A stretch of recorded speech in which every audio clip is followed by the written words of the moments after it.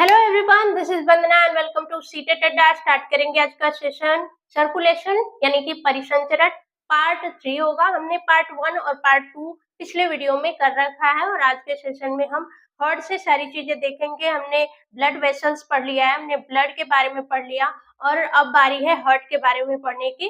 चीजें जानेंगे कि ब्लड जो ऑक्सीजनेटेड ब्लड होता है उसको कौन कैरी करता है, डीऑक्सीजनेटेड को कौन कैरी करता है।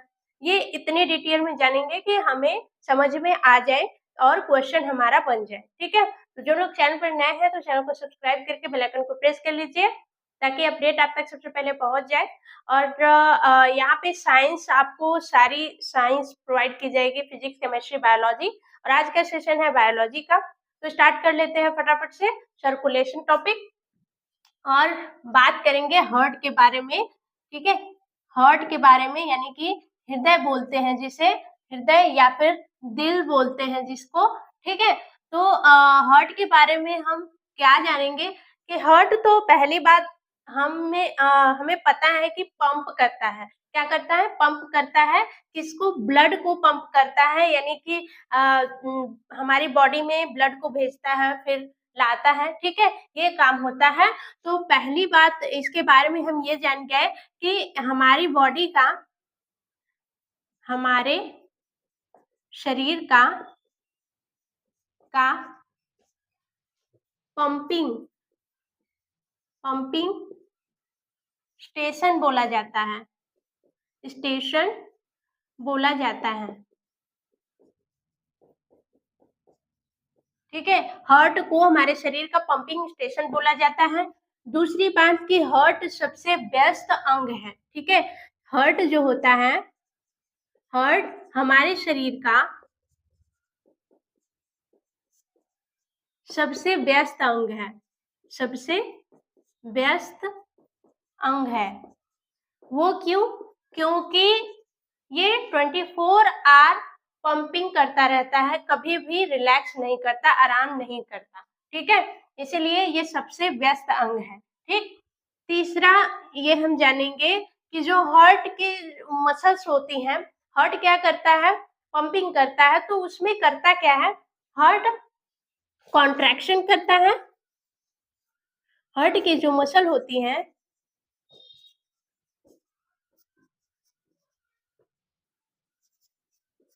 मसल्स जो होती हैं वो क्या करती हैं? कॉन्ट्रैक्ट करती हैं और फिर रिलैक्स करती हैं। मसल्स कॉन्ट्रैक्शन और रिलैक्सेशन, रिलैक्सेशन। ठीक, रिलैक्सेशन करती हैं। कॉन्ट्रैक्शन मीन संकुचन। ठीक है, रिलैक्सेशन मीन्स होता है आपका, इसको बोलते हैं विश्रांति। ठीक है, तो ये होता है कॉन्ट्रैक्शन मतलब कि सिकुड़ जाना और विश्रांति मतलब कि नॉर्मल अपने फॉर्म में आ जाना जैसा वो है। ठीक, तो एक बात और भी है इसमें कि जो कॉन्ट्रैक्शन और रिलैक्सेशन है, दोनों जब ऐड होती हैं तो उसको स्पंदन बोलते हैं, हार्ट स्पंदन यानी कि हार्ट बीट। हार्ट बीट यानी कि हृदय, हृदय स्पंदन। हृदय स्पंदन किसे बोलते हैं? जब कॉन्ट्रैक्शन प्लस रिलैक्सेशन, ठीक है, दोनों को मिला करके क्या होता है? एक बीट होता है यानी कि स्पंदन होता है।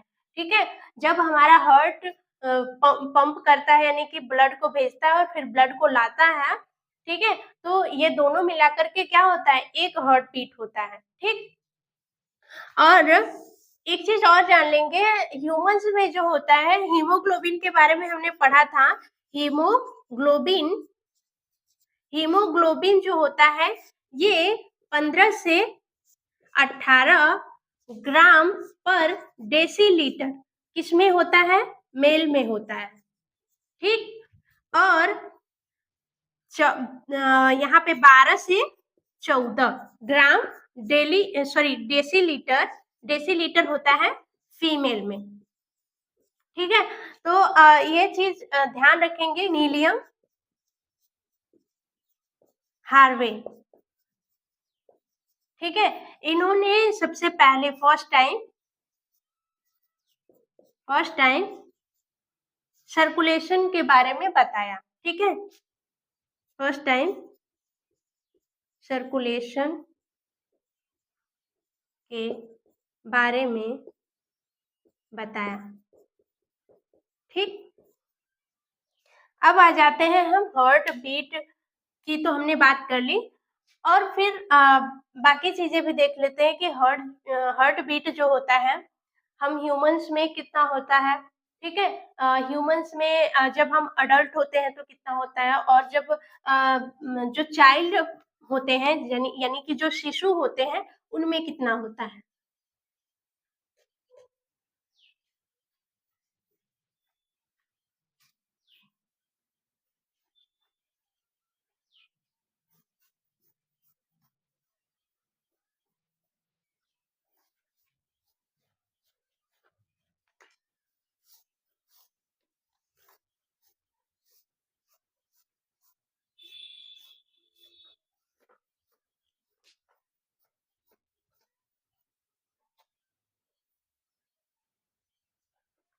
तो क्या देखेंगे, हार्ट बीट यानी कि हृदय की धड़कन, या फिर बोल सकते हैं हृदय स्पंदन, ठीक। हार्ट बीट हम अडल्ट में, ठीक है, अडल्ट में होता है, यानी कि यहाँ पे वयस्क बोलेंगे 72 यानी कि 72 टाइम्स पर मिनट, क्योंकि 1 मिनट में 72 बार धड़कता है हमारा दिल यानी कि हृदय, ठीक। और लेकिन इन्फेंसी यानी कि जो शिशु होते हैं, इन्फेंसी में जिसे शैशवावस्था बोलते हैं, ठीक है, शैशवावस्था बोलते हैं, यानी कि शिशु जो होते हैं, शैशवावस्था होता है 0 से 2 ईयर, 0 से 2 साल के बच्चों को शैशवावस्था के टाइम में देखा जाता है। जो बच्चे 0 से 2 साल के बीच के हैं उन्हें बोला जाता है कि वो बच्चे शैशवावस्था में हैं। तो उनका जो हार्ट बीट होता है वो होता है 80 से 100 टाइम पर मिनट, या फिर बोल सकते हैं 80 से 120 टाइम पर मिनट, ठीक। ये होता है वयस्क में, और ये होता है वयस्क में, और ये होता है आपका शैशवावस्था में, शिशुओं में। और एक बात ये जानेंगे, जो पल्स रेट होती है ये होता है, ये क्या है, हार्ट बीट रेट है, ठीक है, धड़कन की दर है कि 1 मिनट में कितनी बार धड़क रहा है, 80 से 100, तो ये क्या है, दर बता रहा है। और पल्स रेट क्या होती है,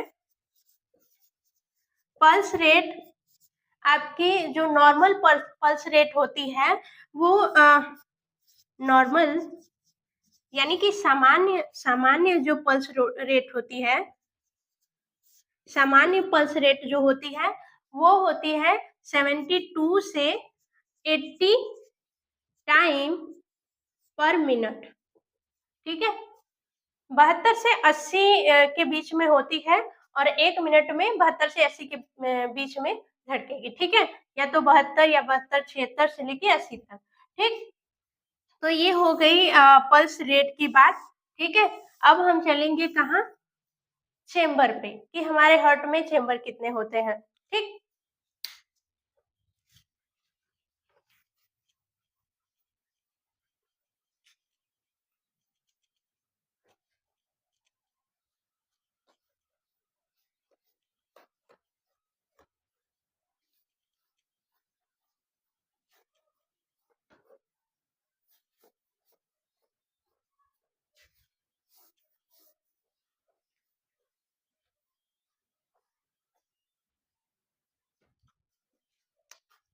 हार्ट चेम्बर बोलेंगे, हार्ट चेम्बर, यानी हृदय कक्ष। ठीक, ह्यूमन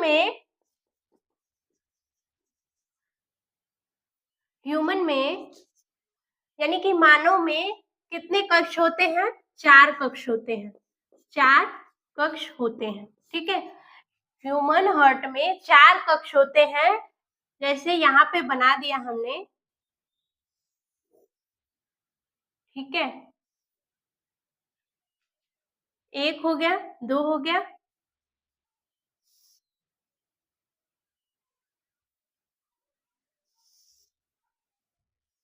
ठीक है, ऐसा हमने कुछ बना दिया।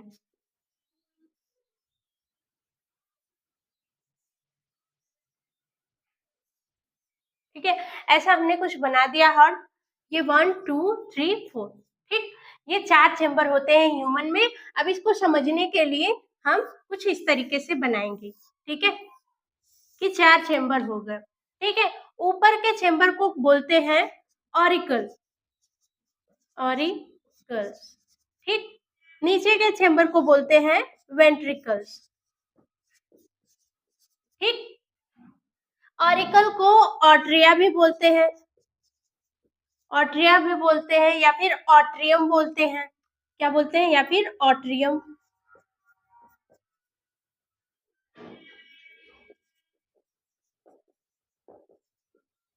ठीक है, या ऑट्रियम बोल सकते हैं, ऑरिकल बोल सकते हैं, या फिर ऑट्रिया बोल सकते हैं। नीचे को वेंट्रिकल बोलते हैं। ऑरिकल मतलब कि अलिंद,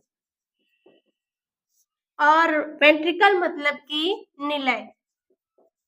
ठीक है, तो हार्ट में जो चेम्बर होते हैं वो चेम्बर के प्रकार यानी कि कक्ष, इसे बोलेंगे कक्ष के प्रकार। ये कितने होते हैं? 2 होते हैं। एक होता है अलिंद, दूसरा होता है निलय। यानी कि ऑट्रियम यानी कि ऑरिकल, और यहाँ पे वेंट्रिकल। ठीक, तो ये 2 प्रकार हो गए, लेकिन इन दोनों के 2-2 पार्ट होते हैं। जैसे ये हो गया अलिंद, तो अलिंद का एक होता है लेफ्ट, एक होता है राइट। ठीक, और निलय का भी एक होता है लेफ्ट और एक होता है राइट। जैसे हम यहाँ पे खड़े हो गए और यहाँ पे हमारा हार्ट है, तो यहाँ का जो हार्ट है हमने यहाँ पे रख दिया, तो ये हमारा लेफ्ट है तो इसका भी लेफ्ट, और ये हमारा राइट है तो इसका भी राइट। ठीक, तो ये हो गया लेफ्ट और ये हो गया राइट। तो इसको बोलेंगे लेफ्ट ऑरिकल, इसको बोलेंगे राइट ऑरिकल, इसको बोलेंगे लेफ्ट वेंट्रिकल, इसको बोलेंगे राइट वेंट्रिकल। ठीक है, ऊपर के जो 2 चेम्बर होते हैं उनको बोलते हैं अलिंद यानी कि ऑट्रियम, या फिर ऑरिकल, या फिर ऑट्रिया। ठीक है, ऊपर जो है उसका 3 नाम है, ऑरिकल, ऑट्रिया, ऑट्रियम। ठीक है, या फिर निलय जो होता है, निलय नीचे के 2 चेम्बर जो होते हैं वो निलय होते हैं, एक लेफ्ट और एक राइट। ठीक है, तो इसको बोलते हैं ventricle, left ventricle, right ventricle. ठीक है, ये बात अगर हम दिमाग में बिठा लेंगे तो हमें जो उसका स्ट्रक्चर है कि किस तरीके से ब्लड कहाँ-कहाँ किसमें से कहाँ जाता है, ये हमें अच्छे तरीके से पता हो जाएगा।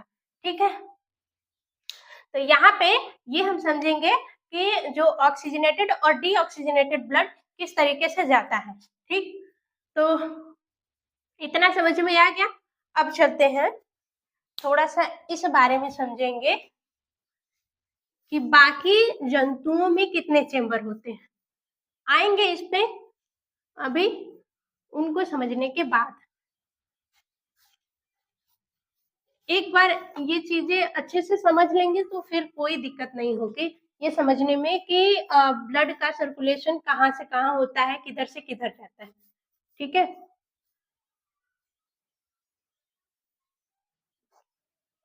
हाँ, तो बात हो रही थी चेम्बर की। वो जो फिश होती हैं यानी कि मछली,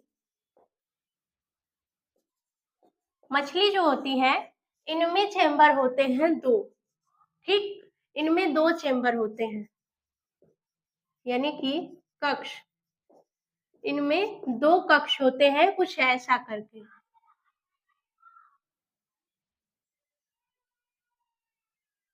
ठीक है, ऐसा ये ऊपर अलिंद होता है, नीचे होता है वेंट्रिकल, यानी कि निलय होता है। ये ऑट्रियम या फिर ऑरिकल, ये वेंट्रिकल। ठीक है, तो ऐसा होता है। फिर उसके बाद मछली हो गई। मछली के बाद आ जाते हैं रेप्टाइल्स यानी कि सरीसृप। रेप्टाइल्स जो होते हैं यानी कि सरीसृप जो होते हैं, इनमें 3 चेम्बर होता है। एम्फीबियंस जो होते हैं, एम्फीबियंस यानी कि जो पानी में भी रहते हैं, उभयचर। उभयचर जो पानी में भी, उभयचर मतलब जो वाटर में भी रहते हैं और जमीन पे भी रहते हैं, जल में और जमीन पे। ठीक है, ठीक है। तो उभयचर वो होते हैं जो मिट्टी पे भी रहते हो और पानी में भी रहते हैं, तो उनको बोलते हैं उभयचर, और इनमें भी 3 चेम्बर होता है। ठीक है, उसके बाद आ जाते हैं एम्फीबियंस जो सॉरी रेप्टाइल्स हैं। रेप्टाइल्स में मगरमच्छ भी आते हैं, लेकिन मगरमच्छ में 4 चेम्बर होता है। यहाँ पे एक एक्सेप्शन है, एक्सेप्शन जो मगरमच्छ होते हैं, क्रोकोडाइल जो होते हैं, उनमें 4 चेम्बर होता है। ये क्या है, एक्सेप्शन है। क्यों? क्योंकि सरीसृप में जितने भी रेंगने वाले हैं, उनमें 3 चेम्बर होता है, बट मगरमच्छ भी रेंगने वाला है, लेकिन इसमें 4 चेम्बर होता है। अब आ जाते हैं हम मैमल्स में। ठीक है, मैमल्स।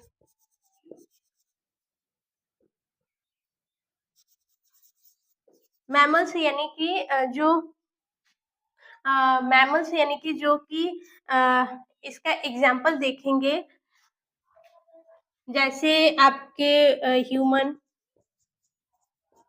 और डॉग हो गया, कैट हो गई, और आपके आ जाते हैं इसमें बैट यानी कि चमगादड़, इसमें आ जाते हैं आपकी व्हेल, इसमें आ जाती है आपकी डॉल्फिन। ठीक है, ये क्या है, मैमल्स है। ठीक है, मैमल्स में आते हैं ह्यूमन, डॉग, कैट, रैट भी आ जाता है। ठीक है, चूहा, ये सब मैमल्स में आ जाते हैं, और इनमें होता है 4 चेम्बर। ठीक है, इनमें 4 चेम्बर होते हैं, तो ये सारी चीजें हम याद रखेंगे, क्योंकि और बर्ड जो होते हैं, बर्ड में भी 4 चेम्बर होता है। ठीक है, तो ये सारी चीजें ध्यान रखेंगे। मछली, पहले मछली से ध्यान रखेंगे, उनमें 2 सबसे कम होता है, 2 चेम्बर होता है। फिर आ जाते हैं जो पानी में भी रहते हैं और मिट्टी पे भी रहते हैं, जैसे मेंढक हो गया, तो इनमें 3 चेम्बर होते हैं। रेप्टाइल्स जो रेंगने वाले हैं, सांप हो गए, जो रेंगने वाले हैं, उनमें 3 चेम्बर होता है। और फिर उसके बाद आ जाते हैं जो मैमल्स होते हैं। ठीक है, मैमल्स में ह्यूमन आ गया, यानी हम मानव आ गए, और चमगादड़ आ गया, डॉल्फिन जो मछली होती है, व्हेल मछली होती है, चूहा हो गया, कुत्ता हो गया, बिल्ली हो गई, ये मैमल्स में आते हैं, और इनमें 4 चेम्बर होता है। पक्षी भी 4 चेम्बर वाले होते हैं। ठीक है, तो ये सारी बातें याद रखेंगे। अब चलते हैं कि ब्लड का सर्कुलेशन इस तरीके से होता है, वो स्ट्रक्चर समझेंगे।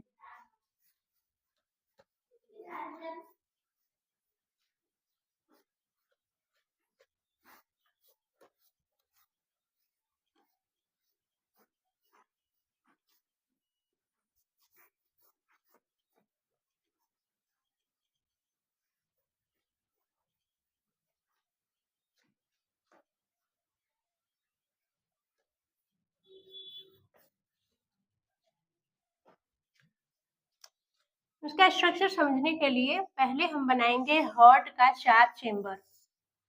ठीक है, तो ये बन गया 4 चेम्बर। ऊपर का होता है ऑट्रियम यानी कि ऑरिकल, नीचे का होता है वेंट्रिकल। ये हो गया ऑरिकल। ये हो गया वेंट्रिकल, ठीक है। इसे बोलते हैं अलिंद, इसे बोलते हैं निलय। ये हो गया आपका लेफ्ट ऑरिकल, ये हो गया आपका राइट ऑरिकल, ठीक है। ये हो गया ऑरिकल, ये हो गया वेंट्रिकल, ठीक। ये लेफ्ट, ये राइट, ये लेफ्ट वेंट्रिकल, ये राइट वेंट्रिकल। इतनी बात समझ में आ गई, ठीक। यहाँ पे हम बना देंगे हमारा लंग्स, लंग यानी कि फेफड़ा, ठीक। ये हो गया हमारा फेफड़ा। और यहाँ पे हम बना देंगे बॉडी यानी कि शरीर, ठीक। अब हमें ये पता है कि पहले हमारी बॉडी से डीऑक्सीजनेटेड, पहले हम इंग्लिश में चीजें समझेंगे, फिर उसके बाद हिंदी में समझेंगे। पहले ये हम जानते हैं कि हमारी बॉडी से जो डीऑक्सीजनेटेड ब्लड होता है वो कहाँ जाता है, हार्ट को जाता है। और हार्ट को कौन लेके जाता है, जो डीऑक्सीजनेटेड ब्लड होता है उसको कैरी करती है सिरा यानी कि वेन। और फिर जो ऑक्सीजनेटेड ब्लड होता है उसको कैरी करता है जो आपका होता है धमनी यानी कि आर्टरीज कैरी करती है, ठीक है। तो लेकिन इतना हमें पता है कि एक एक्सेप्शन भी होता है, यानी कि जो पल्मोनरी वेन होता है वो ऑक्सीजनेटेड ब्लड कैरी करता है और पल्मोनरी आर्टरीज जो होता है डीऑक्सीजनेटेड ब्लड कैरी करता है। तो ये सारी चीजें भी इसमें समझ में आ जाएगी। दूसरी बात कि जो बॉडी से ब्लड हार्ट में जाता है और फिर हार्ट से जो डीऑक्सीजनेटेड ब्लड होता है हार्ट में जाता है और हार्ट से कहाँ जाता है, लंग में जाता है। लंग में जो ऑक्सीजन मिक्स हो जाता है ब्लड में और हमारा ब्लड ऑक्सीजनेटेड हो जाता है और ऑक्सीजनेटेड ब्लड फिर से हार्ट को आता है, फिर हार्ट से कहाँ जाता है, बॉडी में चला जाता है, ठीक है। यही स्ट्रक्चर को हम समझेंगे कि किस तरीके से आता है और किस तरीके से जाता है, ठीक। तो पहले जो होता है बॉडी से कहाँ जाएगा, राइट ऑरिकल में जाएगा, ठीक है।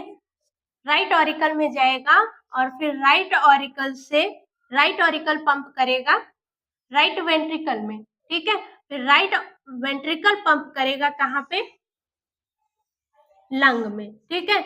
और लंग से फिर कहाँ ब्लड जाएगा, लंग से ब्लड जाएगा लेफ्ट ऑरिकल में, लेफ्ट ऑरिकल पंप करेगा लेफ्ट वेंट्रिकल को और लेफ्ट वेंट्रिकल फिर से ब्लड को कहाँ भेज देगा, हमारी बॉडी में।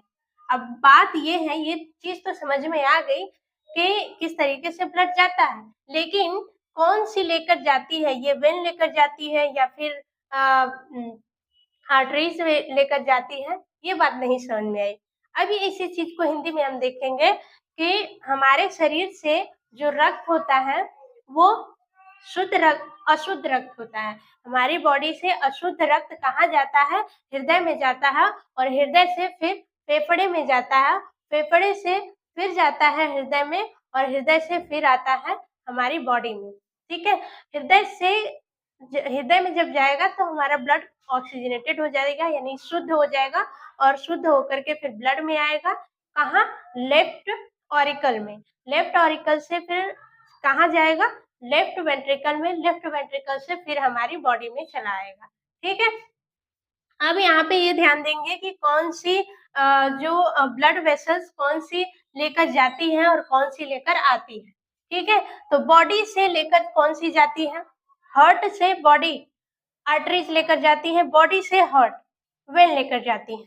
तो यहाँ कहाँ जा रही है, बॉडी से हार्ट जा रही है, तो कौन लेकर जाएगी, वेन लेकर जाएगी, ठीक है।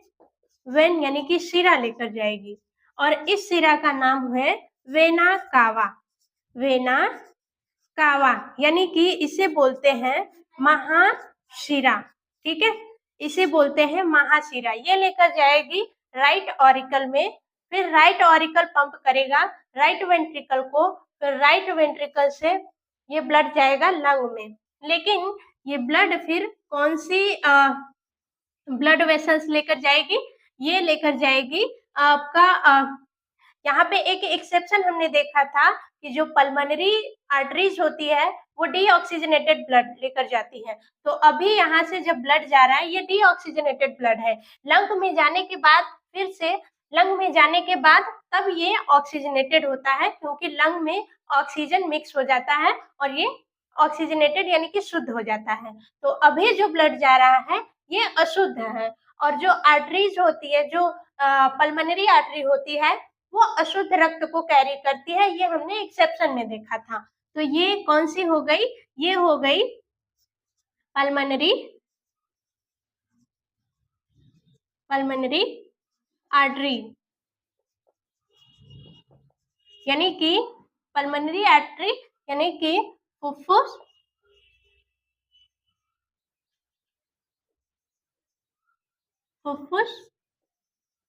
धमनी।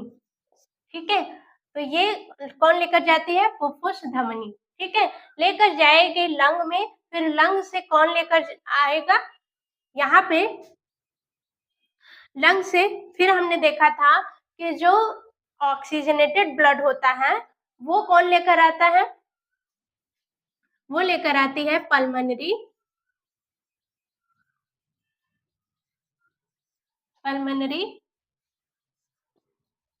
वेन, यानी कि फुफ्फुस शिरा। ठीक है, हमने देखा था, हमने पढ़ा भी था कि जो एक्सेप्शन क्या होता है कि जो शिरा होता है, शिरा होती है वो डीऑक्सीजनेटेड ब्लड कैरी करती है। लेकिन एक एक्सेप्शन होता है कि शिरा जो पल्मोनरी शिरा जो होती है वो ऑक्सीजनेटेड ब्लड को कैरी करती है। तो यहाँ पे ब्लड क्या हो जा रहा है? ऑक्सीजनेटेड हो रहा है लंग से आने के बाद, फिर इसको कैरी कौन करेगी? Pulmonary vein. और पल्मोनरी वेन कहाँ लेकर जाएगी? आपका लेफ्ट ऑरिकल में। लेफ्ट ऑरिकल पंप करेगा लेफ्ट वेंट्रिकल को, और लेफ्ट वेंट्रिकल से फिर ब्लड कहाँ चला जाएगा? हमारी बॉडी में। लेकिन लेफ्ट वेंट्रिकल से बॉडी तक ब्लड कौन लेकर आएगा? ये ब्लड कौन सा है? Oxygenated blood. ऑक्सीजनेटेड ब्लड को हार्ट से बॉडी तक कौन कैरी करता है? तो वो करती है आर्टरीज। और इसका नाम है, जिस तरीके से सबका नाम है, इसका पल्मोनरी वेन, इसका पल्मोनरी आर्टरीज, इसका वेना कावा, इसी तरीके से इस आर्टरीज यानी कि धमनी का नाम है अरोटा। अरोटा या फिर ऑर्टा बोलते हैं। ठीक है, अरोटा या फिर ऑर्टा बोलते हैं। ठीक है, तो ये चीज ध्यान रखेंगे, ये चीज ध्यान रखेंगे, ये स्ट्रक्चर ध्यान रखेंगे कि ब्लड कौन लेकर जाता है और कहाँ लेकर जाता है। एक स्ट्रक्चर ध्यान रखेंगे, बॉडी से सीधा कहाँ जाएगा? आपका ऑरिकल में जाएगा। ठीक है, बॉडी से सीधा ऑरिकल में जाएगा और वो भी राइट ऑरिकल में। ठीक, फिर राइट ऑरिकल पंप करेगा राइट वेंट्रिकल को, फिर राइट वेंट्रिकल से जाएगा लंग में। लंग से फिर ऑक्सीजनेटेड होकर के फिर आएगा आपका लेफ्ट ऑरिकल में। लेफ्ट ऑरिकल पंप करेगा लेफ्ट वेंट्रिकल को, लेफ्ट वेंट्रिकल से फिर ऑक्सीजनेटेड ब्लड आता है हमारी बॉडी को। ठीक है, तो ये स्ट्रक्चर हम अच्छे से याद रखेंगे, नोट कर लेंगे। ठीक, फिर उसके बाद चलते हैं नेक्स्ट टॉपिक पे। इसको हम एक बार लिख लेंगे अच्छे से नोट बना करके।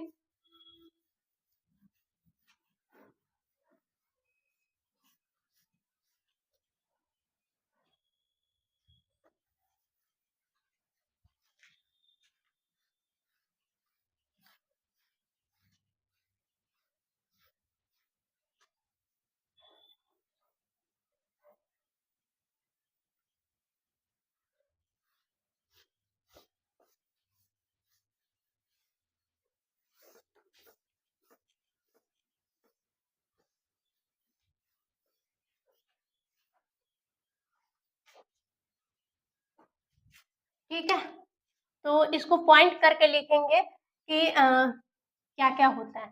पहले पॉइंट में क्या लिखेंगे कि हमारे शरीर के अशुद्ध रक्त को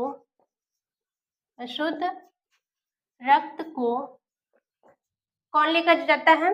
वेना कावा। को वेना कावा यानी कि महाशिरा कहाँ लेकर जाती है?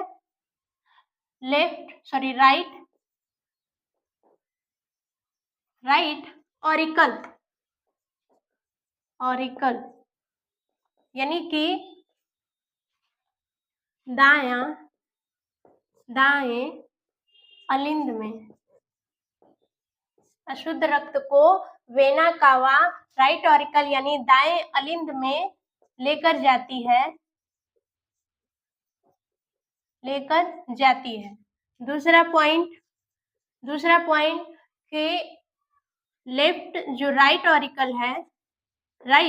ऑरिकल शॉर्ट में लिख लेंगे। राइट ऑरिकल क्या करता है? पंप करता है। पंप यानी कि भेजता है। किसको? ब्लड को भेजता है। कहाँ भेजता है? राइट वेंट्रिकल में। राइट वेंट्रिकल यानी कि दाएं निलय में। ठीक है, दाएं निलय में भेजता है। दाएं निलय से तीसरा पॉइंट है, दाएं निलय से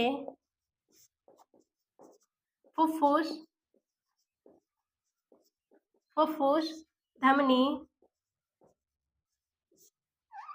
ब्लड को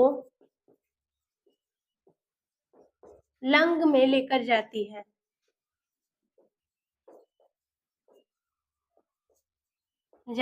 है। ठीक। चौथा पॉइंट है, लंग से ऑक्सीजनेटेड ब्लड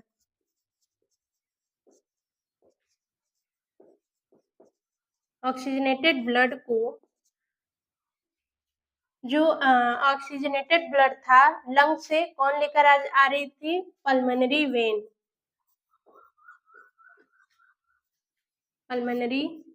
वेन यानी कि फुफ्फुस सिरा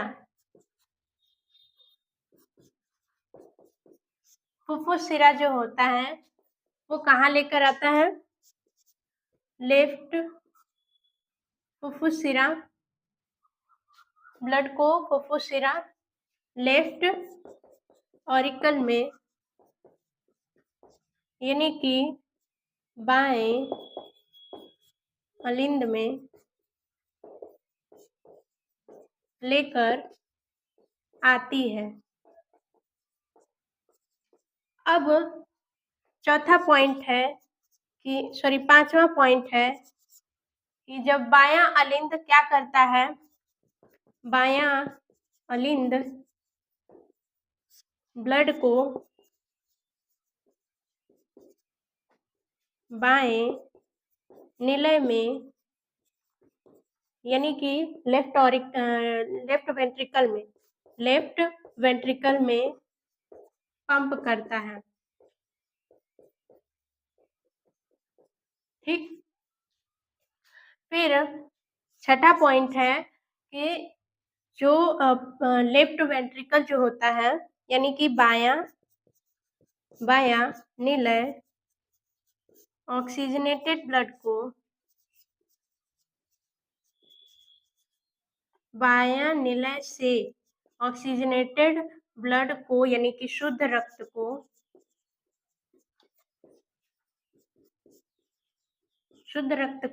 कौन लेकर आती है? अरोटा यानी कि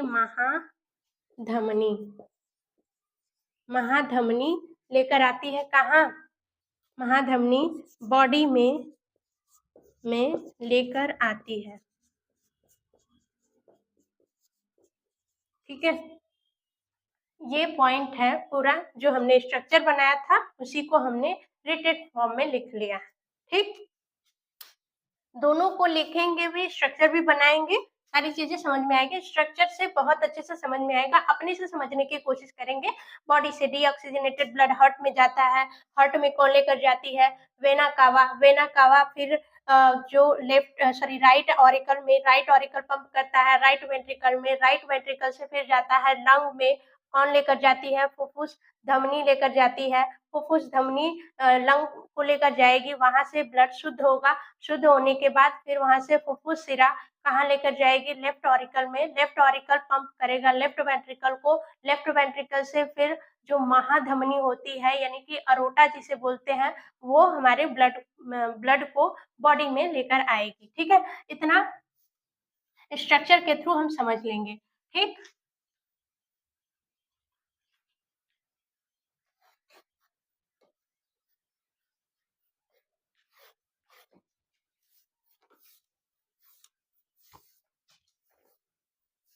जो हार्ट का नॉर्मल साउंड होता है वो किस तरीके का होता है ये जानेंगे।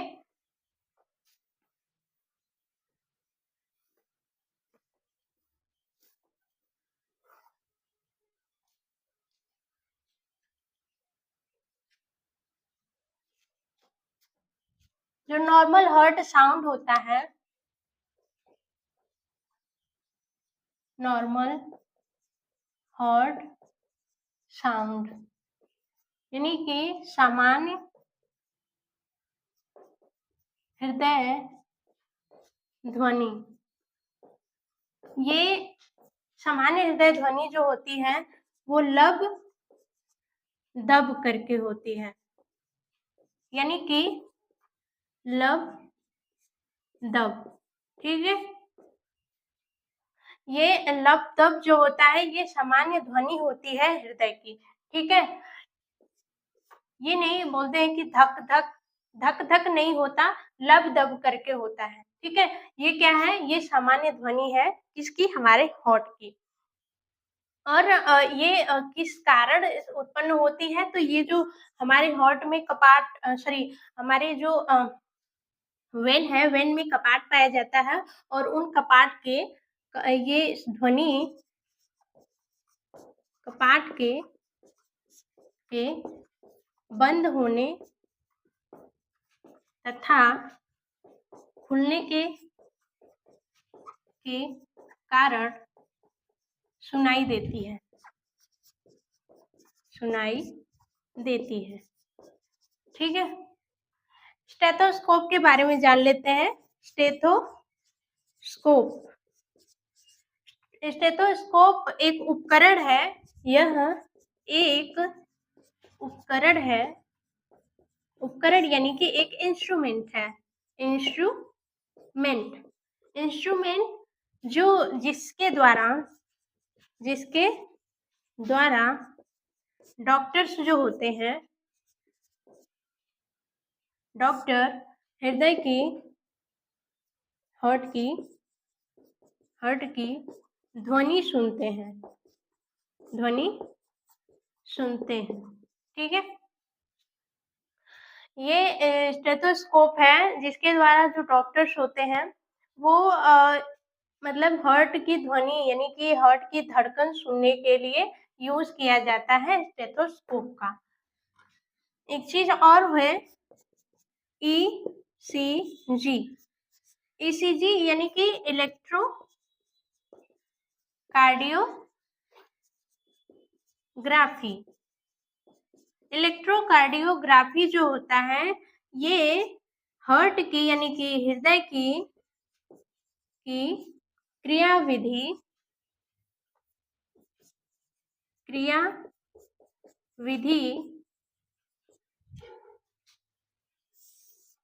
का पता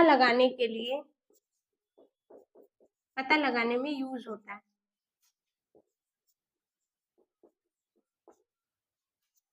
है।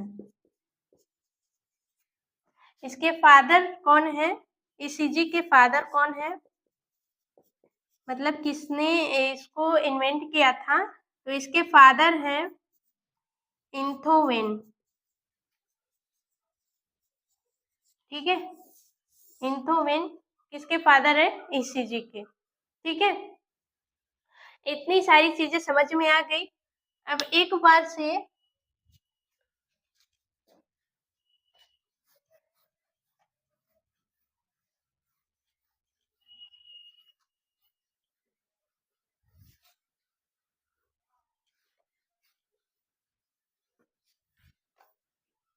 एक बार फिर से जो हमारा किस तरीके से ब्लड आ और किस तरीके से जा रहा है उसको फिर से समझ लेंगे। जो डीऑक्सीजनेटेड ब्लड है बॉडी से कहाँ जाता है, राइट ऑरिकल में, यानी कि दाएं अलिंद में। कौन लेकर जाता है, वेना कावा, यानी कि महाशिरा। ठीक, फिर राइट ऑरिकल, यानी कि यहाँ पे हिंदी में लिख लेते हैं, दाएं अलिंद से फिर कहाँ जाता है, पंप होकर के दाएं निलय में। ठीक, फिर दाएं निलय से फिर कहाँ आता है, दाएं निलय से फिर आता है लंग में, फेफड़े में। कौन लेकर आती है, ये लेकर आती है फुफ्फुस, फुफ्फुस धमनी, पल्मोनरी आर्टरी। ठीक, फिर लंग से फिर कहाँ जाता है, यहाँ से लंग से फिर कहाँ जाएगा, लंग से जाएगा, कौन लेकर जाएगी, यहाँ पे जाएगी फुफ्फुस, फुफ्फुस शिरा। कहाँ जाएगी, लेफ्ट ऑरिकल, यानी कि बाएं अलिंद में, बाएं अलिंद में लेकर जाएगी। फिर बायां अलिंद कहाँ पंप करेगा, बाएं निलय में, यानी कि लेफ्ट वेंट्रिकल। ठीक, लेफ्ट वेंट्रिकल फिर कहाँ लेकर जाएगा, बॉडी में, लेफ्ट वेंट्रिकल से बॉडी में। और कौन लेकर जाएगा, यहाँ पे ले जाएगी अरोटा, यानी कि ऑर्टा भी बोलते हैं, ऑर्टा या महाधमनी।